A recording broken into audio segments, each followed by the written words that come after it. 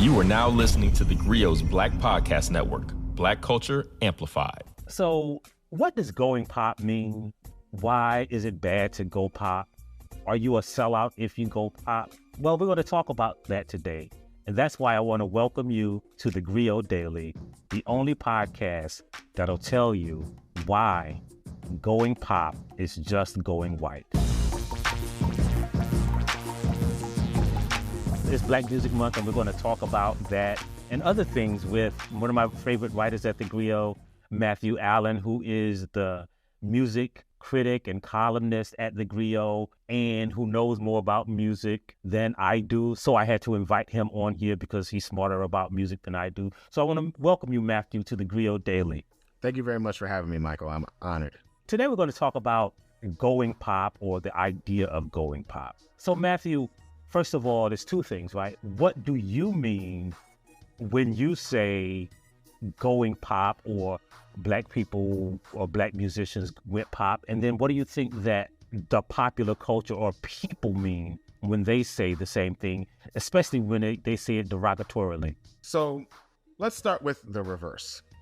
So when people say Black people are going pop, they have this broad idea of pop music being a very specific type of genre with a specific type of sound, just like people perceive jazz to be a very specific type of sound, the same way that people perceive rock and roll to be a specific type of sound, the way they perceive hip hop to be a specific type of sound.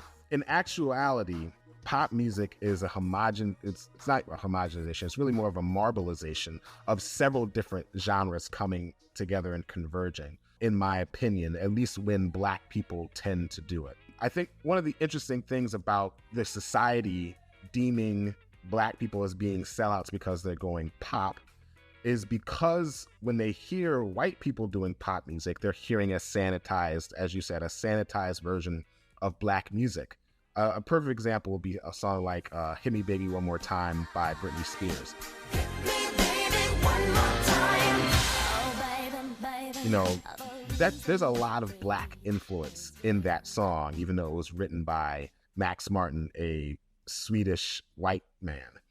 So they perceive that to be a sanitized or homogenized version of Black music.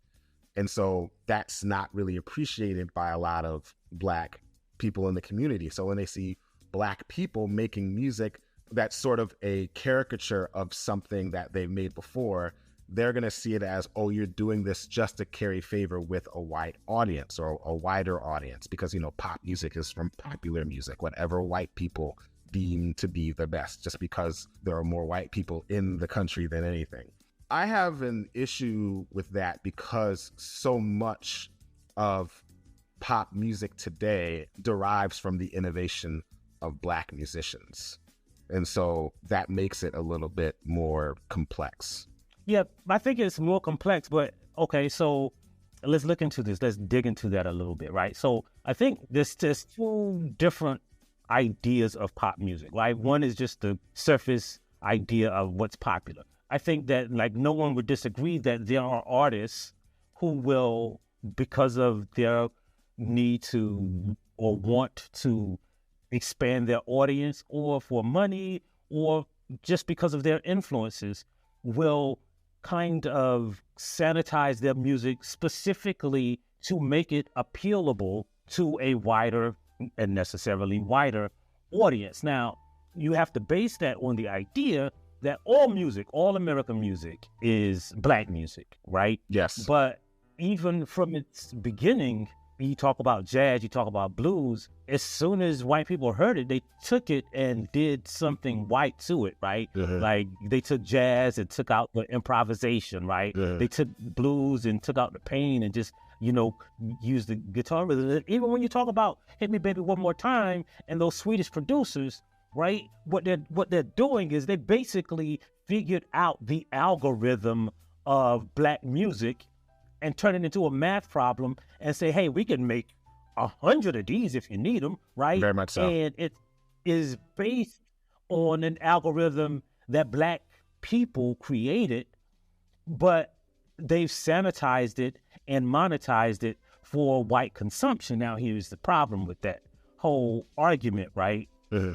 what they're stripping out, what they're sanitizing, what they're doing to make it palatable to white people is taking away the pain, the culture, all of that slurry soup that makes Black people produce these kinds of pieces of art that speak to our existence and our history and our culture. They take that out to make it appealable to white people. And we can notice that, right? Yeah. And we can know, like, where is, the white man spitting in your auntie face? None of that is in the music. Yeah. It's just an algorithm. And I think that's what people mean when they say go pop.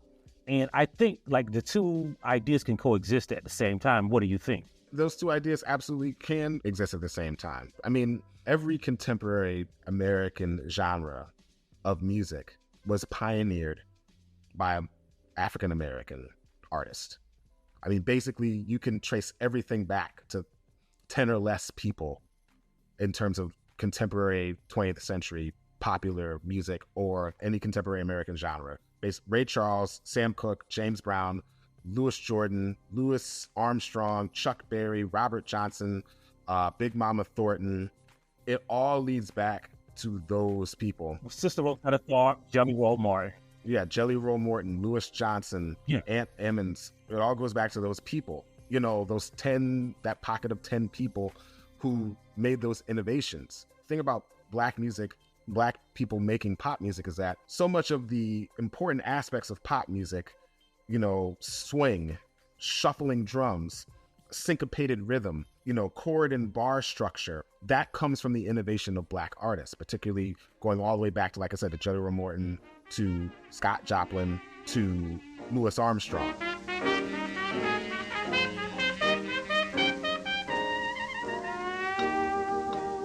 Louis Armstrong is the reason why there's improvisation in pop music. You listen to Careless Whisper, you hear that saxophone solo. That's because of Pop's Armstrong.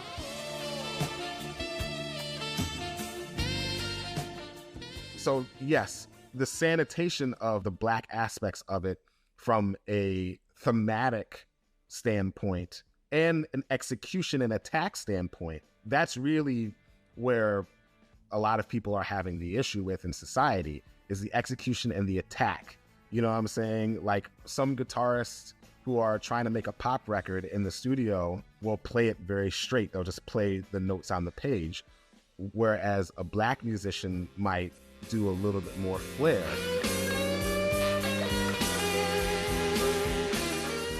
And that has to do with just the origin of where they come from culturally. Culturally, white American music derives from the European music that relied very heavily on classical arrangements and things that are very structured. And so much of Black music is from West Africa, which depends a lot on improvisation, particularly vocal improvisation and rhythm. So you bring those together and then you get pop music. But the foundation of that derives from the latter in terms of the syncopation, in terms of the rhythm, in terms of the call and response.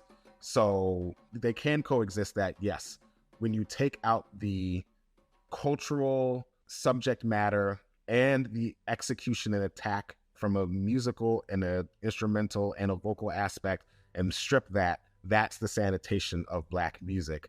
But the basis of that's left in terms of the swing, the syncopation, and, and everything of that nature and the rhythm, there's still Blackness in the very root of it. It's just been stripped back. And so when Black people say, our community says, oh, Lionel Richie's or whoever, or Michael Jackson, Tina Turner, whoever they pick that day are doing pop music, they're like, can't we think that maybe they're just trying to, do what they've been doing to us all along? I mean, pop music exists because of minstrelsy. I mean, things like Turkey in the Straw, which is the ice cream truck song, that's from minstrelsy. That's from white people wearing blackface. That's where that comes from. Old Susanna and Old Dixie, that's the foundation of American pop from slavery days. So it all harkens back from that. Join us next time on the Griot Daily for episode 2. If you like what you heard, please give us a 5-star review, download the Griot app, subscribe to the show, and share it with everyone you know. You are now listening to theGrio's Black Podcast Network, Black Culture Amplified.